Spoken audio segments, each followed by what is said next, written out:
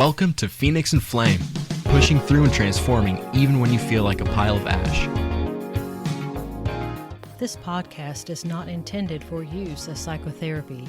If you feel you are in crisis, please call 911 or contact your local crisis hotline. Welcome back to Phoenix and Flame. I'm Dana Skaggs, and this is my podcast on pushing through and transforming even when you feel like a pile of ash. If you are a returning listener, then welcome back, my friend. I appreciate you continuing to support the podcast. If you are new and this is the first episode that you've heard on Phoenix and Flame, then welcome. I hope you will find it helpful. Today we're going to be talking about managing anxiety at work. And I did want to throw out there and say that if this episode or any prior episodes have been helpful to you, or if you feel like they might be helpful to someone that you know, then please share the link, the video, or on your social media. Put it out there on Facebook or Instagram or Twitter or whatever floats your boat. The more people we can reach, the better. The bigger community we can grow together, the better that will be.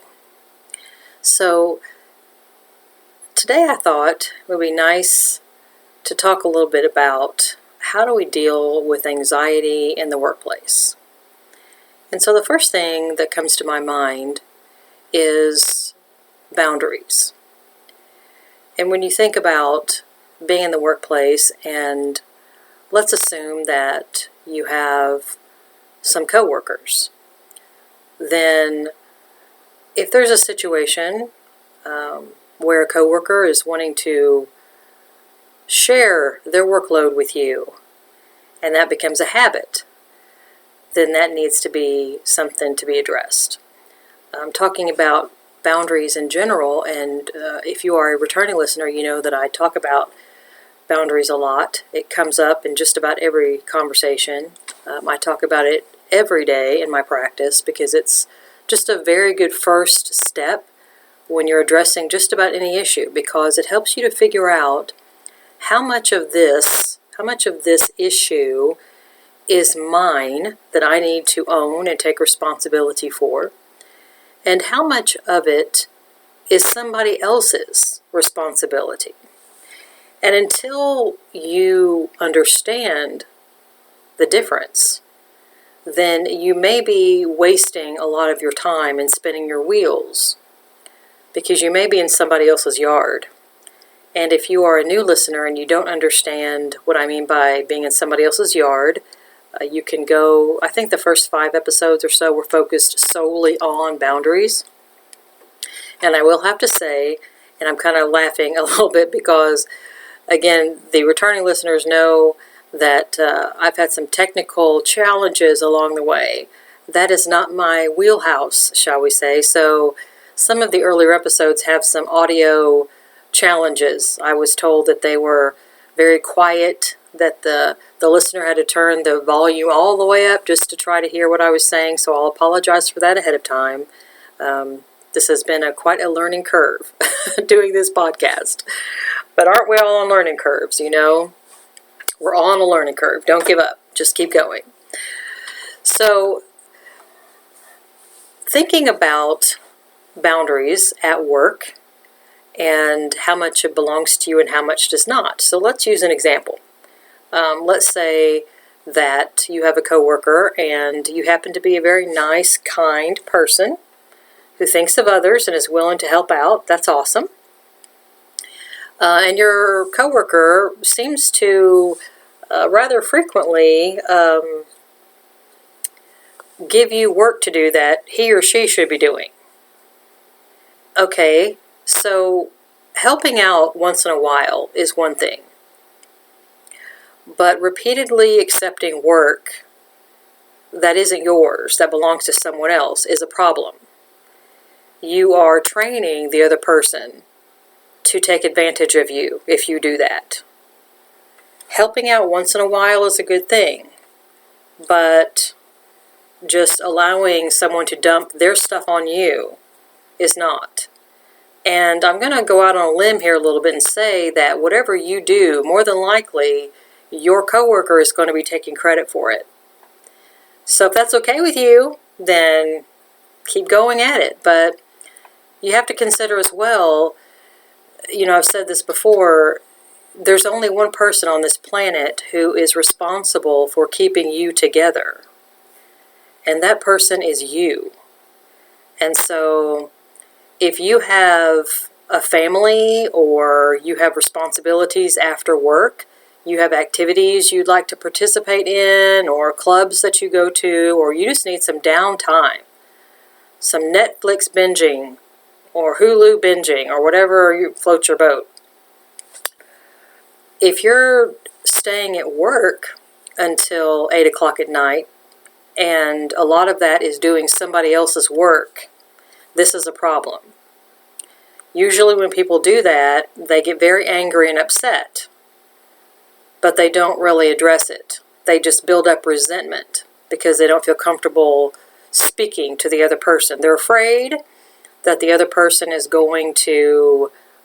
If you're on the video watching, I apologize, but there is there is a hair on my face and it keeps tickling my forehead. I apologize. You may hear something on the audio as I take my glasses off and put my glasses back on. I'm sorry. But you guys know me. I'm just real. This is life, right? You're going along and you're trying to do a podcast and then your hair is tickling your face. Okay, I think I took care of it. Anyway, so you're at work and you have to figure out how much of someone else's stuff you're going to take. Now, I was saying some people feel uncomfortable being assertive or setting a boundary, because I'm telling you right now, setting a boundary with people, especially people that don't respect boundaries, is difficult because they don't respond very well. They don't like it.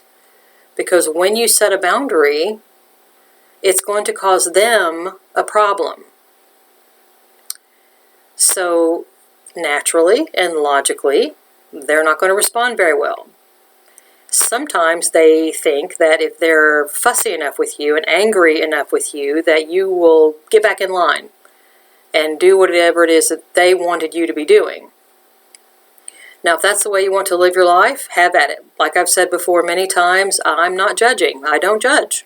Everybody's on a different path. If you're someone and you want to live your life that way, then you enjoy that. That's not for me. No, thank you. Personally, I wouldn't want to be in that situation and be scribbling home at 8 o'clock at night and, what about supper? There's clothes to wash, there's things to do. I plan on going by the mall to pick up some pants. I don't have any time. No, thank you. Okay? So let's say, you want to say something to that person. You might say, well, Dana, what do I say? Because I've been doing this for, 6 months or whatever, and they just expect me to do it now. And if I say something now, they're going to get really mad. Okay, fair question, right? So next time they try to hand you their stuff, you just simply say, I don't think so. And they're going to get all bug-eyed and look at you and stutter and stammer and try to get angry with you. The thing about setting boundaries is you don't ever have to get angry. You don't have to raise your voice. You don't have to get confrontational and upset. That's not what setting boundaries is about. Like I've said before, some of the most calm, peaceful people I know are the ones that have a very good understanding of their boundaries and know how to set them well. And leaving all the anger and the bluster and everything to everybody else. So if you say, no, I'm not going to do that anymore, keeping your voice very calm, very respectful, always be respectful, and they don't like it and they start to get upset, you can just walk away. Do you understand? You can't stop someone else from getting all blustery and angry, but you do have control over how much you're going to stand there and listen to it. You don't have to listen to that. You can just walk away. Now, will they like that? Absolutely not. again, if you have to choose. Are you going to continue to, like I said, scrabble home at 8 o'clock at night, dead tired, haven't had supper, nobody in the family's had supper, you didn't get to go get your outfit at the mall. Are you going to continue to live your life that way, or are you going to decide to set some boundaries? Because either way, it might be hard. In my mind, not setting boundaries is hard forever. Setting boundaries is hard in the beginning, but if you're consistent with it, you will teach the other person a new lesson about what you're going to do and what you're not going to do. So as you guys know, I love boundaries, and I could talk about this forever and ever, but I'm trying to make these episodes a little shorter, so I need to move myself along here. Another thing to think about is communication, and that goes along with boundaries as well, because other people cannot read your mind. So let's go back to the example that I gave. Let's say that your coworker thought that you didn't have a problem with doing all of his work. We're going to say he. It could be a she. We're going to say he. Because you never said anything about it. You never said, I don't want to do this, or I don't have time for this. You never spoke your feelings and thoughts. And so let's say he didn't know. It's your responsibility to speak. Now, I know that's not always easy, especially for the people pleasers out there. And there's a lot of people pleasers out there. They are scared to death of not pleasing somebody. And I could go on. I need probably to do several episodes just on that alone. But right now we're talking about anxiety at work. So communicating. Again, when you're speaking to someone, be respectful. You do not need to raise your voice, but speak. Communicate your thoughts and feelings, because other people, like your coworkers, they don't know that you don't like doing all this work. You're doing it, so your behavior says you're just fine with it. You're teaching them you're fine with it. So if you're not, you need to communicate that and change your behavior. Another thing to consider is prioritize. When you have a lot of work to do, and a lot of people that I talk to have more work given to them than they really have time to do, and they're in a constant state or a virtual constant state of stress and upset and discomfort. So it's helpful to prioritize. What is the most important thing? Get those things done first. So if you run out of time, and you probably will, at least the things that you didn't get done that day were not the most important things. Because imagine if you did it the other way. Imagine if you did not prioritize and you're just like grabbing and snatching at stuff willy-nilly, and your whole day is full and you work all day, but then you leave at the end of the day and you come back the next day and your boss is mad because the most important thing you didn't even get to. Prioritize. Work your way from the most important to the least important. That way, if you need to leave, whatever doesn't get done is not the most important thing. Also consider adjusting your expectations of yourself and your expectations of other people. I know there's some folks out there who kind of attach their value as a human being to their work product. And sometimes they are at danger of becoming a workaholic, because that's how they see their value. The more they produce, the better they produce, the more money they make, the more clients they have, I could go on and on and on, then the more value they have as a human being. Which means if you turn that inside out, if you take all that stuff away, they're worthless. And that's not tolerable to them or anybody. None of us wants to feel worthless, for goodness sake. But sometimes, again, most people aren't in a situation where all they have in their whole life is just their job. That's very rare. And if they are in a situation like that, they probably don't want to be. A lot of people, they would like to have some kind of a companion, some kind of a relationship socially. People frequently have families. They frequently have partners or spouses or children, parents, siblings. Lots of times they want to be involved in some kind of social activities or sports teams, or, do some fun things. Life is more than just a job. Well, if you're expecting yourself to perform at work like you're some kind of robot, then you're not going to have much time for the other things in your life. Most people, and again, not everybody, but most people function better when they are allowed to be more well-rounded, we'll say, where they allow themselves time to disconnect and just laugh and have some drinks and go out with some friends and do some fun things. It actually makes them a better employee because they've had time to chill out and discharge some stress and have some fun and rejuvenate and recharge. Then when they go back to work, they're better, they're happier, they produce more, they produce better quality work. And so adjusting your expectations of yourself would mean maybe you go home a little bit earlier so that you have time for some of these other things. Maybe you take on a little less extra projects so that you actually have time to be more well-rounded. Adjusting your expectations. What are you expecting of yourself, and why is that? Are you expecting too much? Why are you expecting too much? Some of these issues are pretty deep-rooted, and if they are, then please, seek out a therapist. I talk to some of my patients about this, about why are you so focused on being this or that? What's the motivation behind it? Sometimes the motivation, like I said, has been there a really long time and it's pretty deep-seated, and you might need some help in adjusting those expectations. Sometimes we need to adjust our expectations of other people.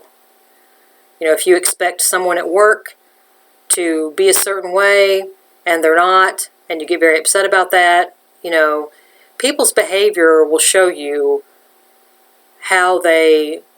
what they're going to do. Watch what they do, because that's who they are. Frequently what we'll do is we will see what they do, but that's not what we want them to do. We want them to behave differently. We want them to either take on more responsibility or stop dumping so much stuff on us, or if it's a boss, we want them to acknowledge what we do or whatever. Well, again, you can communicate and certainly put yourself out there, but sometimes you just need to adjust your expectations. Sometimes they're just not going to change. And continuing to expect someone to behave in a way that they're not going to behave is just going to frustrate you. Another thing to consider is self-care. Take care of yourself. I mentioned this a little bit earlier in terms of being well-rounded, but it takes time for that.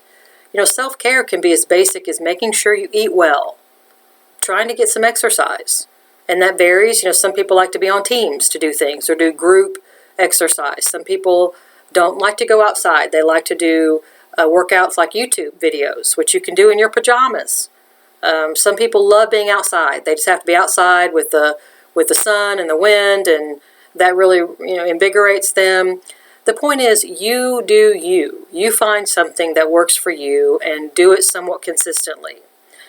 Some other self-care options might be getting a massage, maybe getting a mani-pedi, or meditating on a fairly regular basis. These are all things that you do to take care of yourself. One of the things that I do is I have a devotional meditation time just about every morning where I journal and I pray, and it's just sort of like, in a way, how someone that needs dialysis and they hook themselves up, they're hooked up to a dialysis machine, if I can speak clearly. And so it's basically processing out all of the toxin that has built up in their system, and then it's working that, it's pulling all the toxin out and then putting the blood back in fresh. It's clean. That's sort of what my meditation time feels like to me, where I'm just sort of getting rid of all of the toxins from my thoughts, my feelings, sort of dumping that out into my journal. And then with prayer time and just meditative time, feeling like I'm just pulling fresh peace into myself. And I do that virtually every morning, and it's very helpful. That way, all of the emotional, mental toxins of all the different things that are in my life don't build up. I have a chance to kind of move that through, process it through. And that's very helpful. That's just a personal self-care that I would hate to think what I would be like if I did not do that on a regular basis. Another thing is to consider in terms of self-care is mindfulness. this could be in self-care or it could be in other categories as well. And I've done prior episodes. I think episode 14 was on mindfulness, and I did one prior to that as well. Basically keeping your head where your feet are. Using your 5 senses to keep you anchored into the moment. Letting go of the past. Forgetting about the future. Be in the moment. That is also something that will help you deal with anxiety at work. And lastly, let me just toss in, sometimes, once you've done everything that you can do, if you feel like your situation is just so toxic for various reasons, sometimes coworkers can be extremely toxic and they have this dysfunction dance going on and they're not going to stop it. And it's just very, very nauseating to be around it. And you feel like it's really dragging you down. And it might even be causing you physical issues. Sometimes people start to have physical symptoms from stress. Things develop like high blood pressure, or some irritable bowel syndrome, GERD, ulcerative colitis, all kinds of things, migraine headaches. It just goes on and on. You might want to consider looking for other jobs. For some people, this is not a particularly good choice, but for some people it is. And sometimes it doesn't hurt to just look around and see what's out there, that there might be a change that you can make, that you don't necessarily have to stay in this current job situation for the rest of your life. There might be a change that you can make along those lines. So those are just some things to consider about dealing with anxiety at work.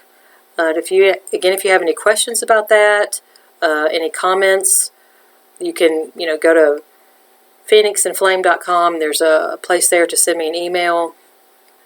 So I hope you have enjoyed this episode. I hope it's been helpful to you, and maybe you know of somebody else that it might be helpful to as well. Like I said at the beginning of the episode, please share.